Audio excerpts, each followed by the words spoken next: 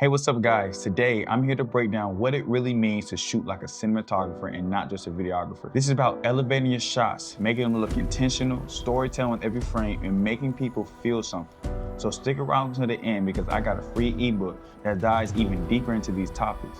And if you grab it, you'll also get first shot at discount on my new course, The Full Filmmaker's Bible. All right, let's get into it.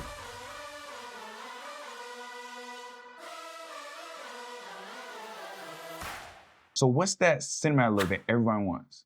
Honestly, it's not just a fancy equipment or some cool filter. It's about making your shots feel bigger than life, like they belong on a huge theater screen. And the secret to getting that look is actually in the details. So let's look at Dune. Think of these epic wide shots of the desert with Paul standing alone against a massive alien landscape. The camera doesn't just capture Paul, it tells about his journey, his isolation, and the scale of the world he's up against. Those wide shots with low angles make him look tiny and powerful. This gives us an emotional impact without saying a word, just by framing and scaling. Another example is Interstellar, when they're on the ocean planet and you see this tiny human figure against a vast horizon. It's not just pretty, it shows how small and vulnerable the characters are in the face of nature. That's the cinematic look. You're using the size and framing to make the audience feel the scale, the emptiness, or even the danger. So think about how you can use a wide frame to make someone feel small or a low angle to add power and let your shot do all the talking. Framing is all about making choices. So instead of just throwing your subject in the middle of the frame, ask yourself, why are you placing them there?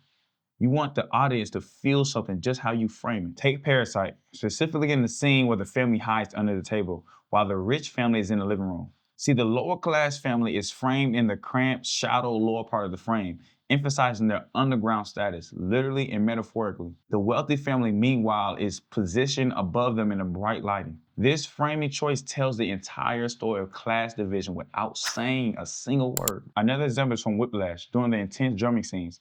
Andrew is framed in super tight close-ups with hardly any space around him. This claustrophobic framing makes us feel his anxiety, his stress, and it's like the frame is squeezing him in. So try experimenting with framing by putting your character in a tight space where you want things to feel intense or giving them room when they need to breathe. Now let's talk color, but not just in terms of grading. I'm talking about what can you do in camera with contrast, white balance, or saturation to get a specific tone. If you think about La La Land, right? The film uses contrasting colors like cool blues and warm yellows to separate reality from dream. In the observatory,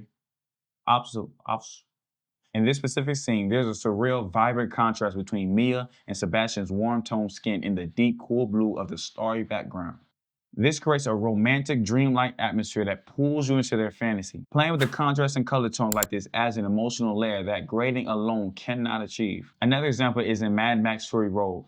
The desert scenes are so rich in saturation and contrast. The skin tones pop, the sky is crazy deep blues, all while the sand is gold and intense. It's vibrant and gives you the feeling of heat, desperation, and energy. So try adjusting your white balance to match the environment. If you're in a warm setting, go a little warmer. If it's a cold scene, go a little colder. You'll be surprised at how much a little white balance tweak can change the whole feel of your shot. Another thing about cinematography is adding depth. Adding depth to your shots is key to making them feel cinematic. And haze is one of the easiest tricks to get that layered atmospheric look.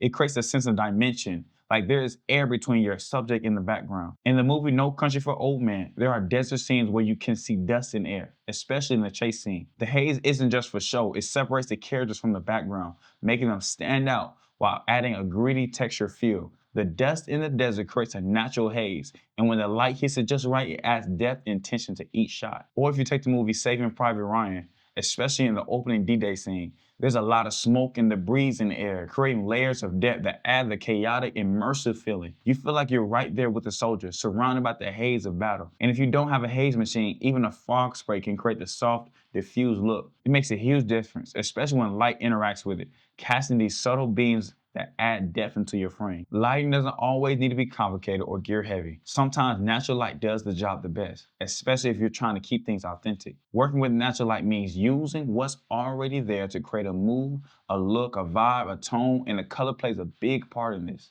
If you take the movie Little Woman, there's a scene where the sunlight streams through the window, casting this soft golden glow on the characters. It feels nostalgic and warm, almost like you're watching a memory. The natural light adds this raw, intimate feel that artificial lights cannot capture. For scenes like this, timing is everything. Catching that golden hour light can instantly boost the vibe of your shot. And if you want a cool look, try shooting when the light is cooler. like early morning. Or look at the movie Call Me By Your Name. They use natural light throughout the whole movie, but they're also very intentional with how the colors feel warm, soft, and earthy. The lighting and the color makes you feel like you're spending a summer in Italy. So experiment with natural light. Find ways to use the sun and shape it to create whatever moods you want. And let the color of that natural light set the scene's emotional tone. Now, when it's time to go for that dark and moody look, you're not trying to blast the whole scene with light. The trick is to use shadows and be intentional about where your light is. The style works really well when you're going for something intense, mysterious, or gritty. Let's take a look at John Wick Chapter 3, specifically in the hotel scenes.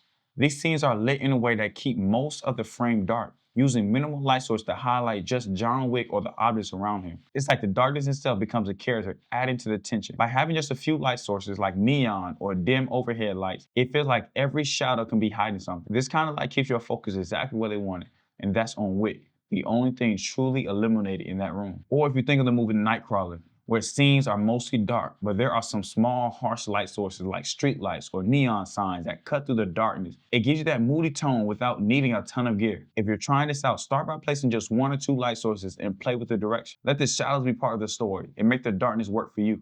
If you're ready to level up your cinematography, grab my free ebook. It's loaded with these tips and more. If you're serious about mastering filmmaking, the first people to download the ebook will get an exclusive discount on my course, The Full Filmmaker's Bible. You don't want to miss out, so hit the link in the description. Thanks for watching, guys. I hope this gave you some insight into shooting like a cinematographer. Keep experimenting, keep pushing your limits, and keep creating. Smash that like button, subscribe, and I'll see you in the next video. Let's keep making film.